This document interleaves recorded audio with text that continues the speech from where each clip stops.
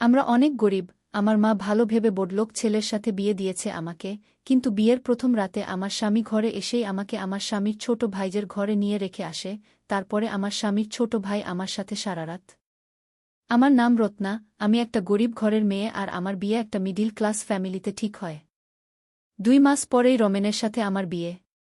আমার মায়ের ছেলে অনেক পছন্দ হয়েছিল, তাই আমাকে বলতো, রত্না, তোর কপাল অনেক ভালো যে এত ভালো ফ্যামিলিতে তোর বিয়ে ঠিক হয়েছে। বাবা আমার 8 বছর বয়সেই এই পৃথিবী ছেড়ে চলে যান, তাই মা আমাকে অনেক কষ্টে মানুষ করেন। আত্মীয়স্বজনের কাছ থেকে কিছু কিছু সাহায্য নিয়ে বিয়েটা ভালোভাবে দেওয়ার চেষ্টা করছিলেন। আমিও আমার বিয়ে নিয়ে অনেক খুশি, তাই আমি যে সেলাইয়ের কাজ করতাম সেখান থেকে কিছু কিছু টাকা জমালাম, যাতে বিয়ের দিন আমি সুন্দর করে সাজতে পারি। আমার শ্বশুর বাড়িতে মাত্র 3 জন লোক, আমার শাশুড়ি, স্বামী আর তার ছোট ভাই। শ্বশুর অনেক আগেই এই পৃথিবী ছেড়ে চলে গেছেন। সবাই আমার শ্বশুর বাড়ির অনেক প্রশংসা করত, বিশেষ করে আমার স্বামীকে সবাই বলত, আমার শ্বশুর বাড়ির লোকজন অনেক ভালো। দেখতে দেখতে আমার বিয়ের দিন এসে গেল। আমি পার্লার থেকে মেকআপ করিয়ে বিয়ের জন্য যে জায়গা ঠিক করা ছিল আমি সেখানে পৌঁছালাম। মেকআপ করার কারণে আমাকে অনেক সুন্দর দেখাচ্ছিল। কিছুক্ষণ পরে বরযাত্রী নিয়ে পাত্রপক্ষ বিয়ের জায়গায় পৌঁছাল। এরপরে দেখতে দেখতে আমাদের বিয়ে হয়ে গেল। বিয়ের পরে সবার খাওয়া দাওয়ার পরে আমার বিদায়ের সময় আসলে আমি মাকে ধরে অনেক কাঁদলাম, কারণ মাকে ছেড়ে অন্য পরিবেশে চিরদিনের জন্য চলে যেতে হবে। তারপরে সবাই মিলে আমাকে শ্বশুর বাড়িতে নিয়ে গেল। ওখানে আমাকে শাশুড়ির ঘরে বসিয়ে অনেকগুলো নিয়ম পালন করানো হলো, যার মধ্যে কয়েকটা আমি জানতাম, বাকিগুলো জানি না। সব নিয়ম পালন করা শেষ হলে আমাকে এই ঘর থেকে বের করে আমার স্বামীর ঘরে নিয়ে গেল। ঘরটা আগে থেকেই ফুল দিয়ে সুন্দর করে সাজানো ছিল। এরপর আমাকে খাটে বসিয়ে মাথার ঘুমটা খুলে দিল।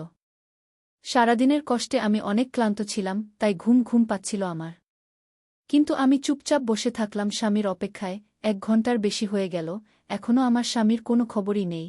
আর একটা আশ্চর্যের বিষয় হল, সারাদিনে আমার বর আমার সাথে একবারও কথা বলেনি, এমনকি কারো সাথে কথা বলতেও শুনিনি আমি।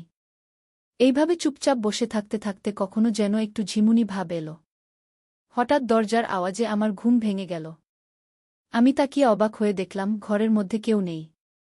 তারপরে যখন দরজার দিকে তাকালাম তখন তো আমার চোখ অনেক বড় বড় হয়ে গেল, কারণ দরজায় দাঁড়িয়ে আমার স্বামী আর ওর সাথে একটা মহিলা, যাকে দেখে আমার পাগলি মনে হচ্ছিল, কারণ ওর পোশাকগুলো অনেক খারাপ আর ময়লা ছিল, আর সবসময় মাথা চুলকে যাচ্ছে। ওই মহিলাকে আমার স্বামীর সাথে দেখে আমি অবাক হয়ে কাছে গেলাম। আমাকে দেখে ওই পাগলি আমার স্বামীর পিছনের দিকে লুকিয়ে পড়ল, যেন আমাকে দেখে ভয় পাচ্ছে। আমি আমার স্বামীকে বললাম, রমেন, এই মহিলাটি কে, আর এ আমাদের ঘরে কি করছে? তখন রমেন ওই মহিলাকে নিজের কাছে নিয়ে বলল যে, এ আমার বউ, আর একে তুমি তোমার মতো সুন্দর করে সাজাও। আমার পায়ের নিচ থেকে মাটি সরে গেল, কারণ আজকেই আমার বিয়ে হয়েছে, আর আমার স্বামী একটা পাগলি মহিলাকে বউ বলছে, আর ওকে আমার মতো সুন্দর করে সাজাতে বলছে। শুনে আমার চোখ দিয়ে পানি আসতে থাকল। আমি আমার স্বামীকে বললাম, রমেন, তুমি এইসব কি বলছ? এই মহিলা তোমার বউ হয় কিভাবে? তোমার বউ তো আমি। তুমি তো আজকেই সবার সামনে আমাকে বিয়ে করেছ, আর এখন তুমি চাইছ এই মহিলাকে সুন্দর করে সাজিয়ে আমার জায়গায় বসাতে। এইসব কথা শুনে রমেন রেগে গিয়ে বলল, আমি বলেছি তো এই আমার বউ, তুমি একে তোমার মতো সুন্দর করে সাজিয়ে এই ঘরে বসাও, তারপরে তুমি এই ঘর থেকে বেরিয়ে যাও। না হলে আজকেই তোমাকে আমি ছেড়ে দিয়ে দেব। এই কথা শুনে আমার শরীরটা কাঁপতে থাকল, কারণ আমার মা অনেক আশা ভরসা নিয়ে আমার বিয়ে দিয়েছে। যদি আমার ছাড়াছাড়ি হয়ে যায় তাহলে তো আমার মা জীবিত থেকে ও মৃত হয়ে যাবে। আমার মা সারা জীবন শুধু দুঃখই পেয়েছে, আমি চাই না যে আমার জন্য আমার মা আবার দুঃখ কষ্ট পাক। তাই আমি রমেনের কথায় রাজি হয়ে মাথা দুলালাম।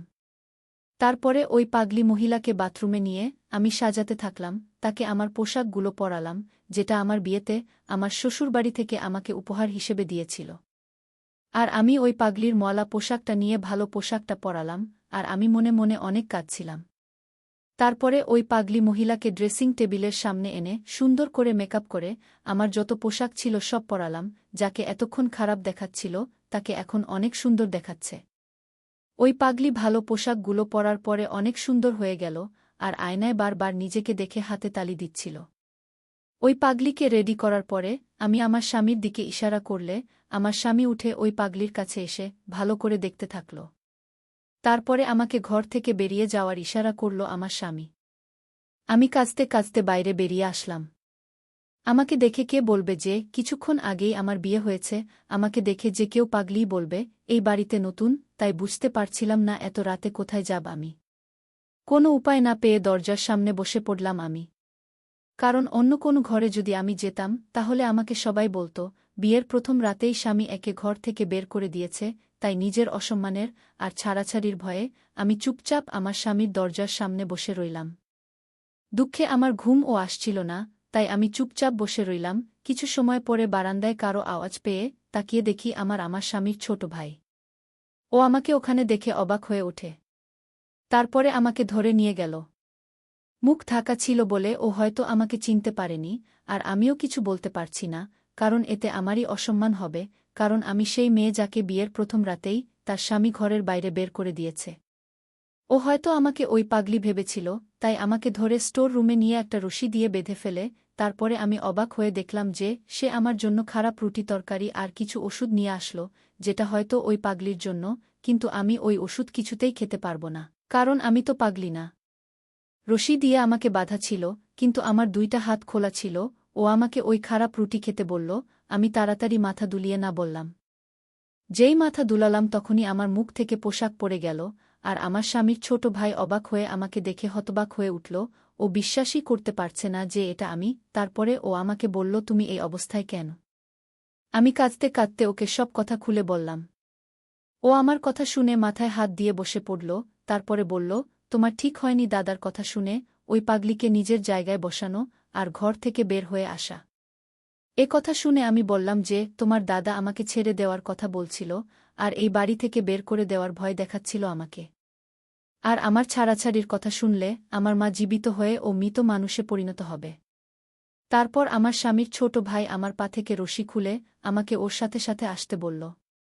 আমি ওর সাথে সাথে স্টোর রুম থেকে বেরিয়ে অন্য একটা ঘরে গেলাম, যেখানে আমার শাশুড়ি ঘুমিয়েছে।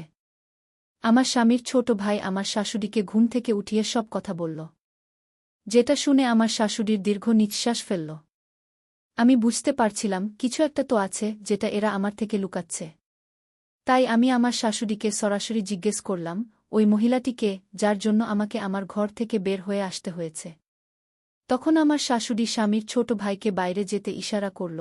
আমার স্বামীর ছোট ভাই বাইরে বেরিয়ে গেলে শাশুড়ি আমাকে ওনার পাশে বসিয়ে বললেন যে ও হলো আমার বান্ধবীর মেয়ে। ওর ছোটবেলাতেই ওর বাবা মা এই পৃথিবী ছেড়ে চলে যায়, তাই আমি ওকে এই বাড়িতে এনে নিজের মেয়ের মতো মানুষ করি। ওরা তিনজনে একসাথেই বড় হয়। রমেনের সাথে ওর বন্ধুত্ব অনেক ভালো ছিল। আমার শাশুড়ি আরও বললেন, ওই পাগলি মেয়েটার নাম অনন্যা। ও বড় হলে আমার শাশুড়ি ওকে বিয়ে দেওয়ার জন্য পাত্র দেখতে শুরু করলে অনন্যা বলে যে ও কাউকে ভালোবাসে আর তাকেই বিয়ে করতে চায়। এটাতে আমার শাশুড়ি অনেক খুশি হয়ে ওই ছেলের সাথেই অনন্যার বিয়ে ঠিক করেন।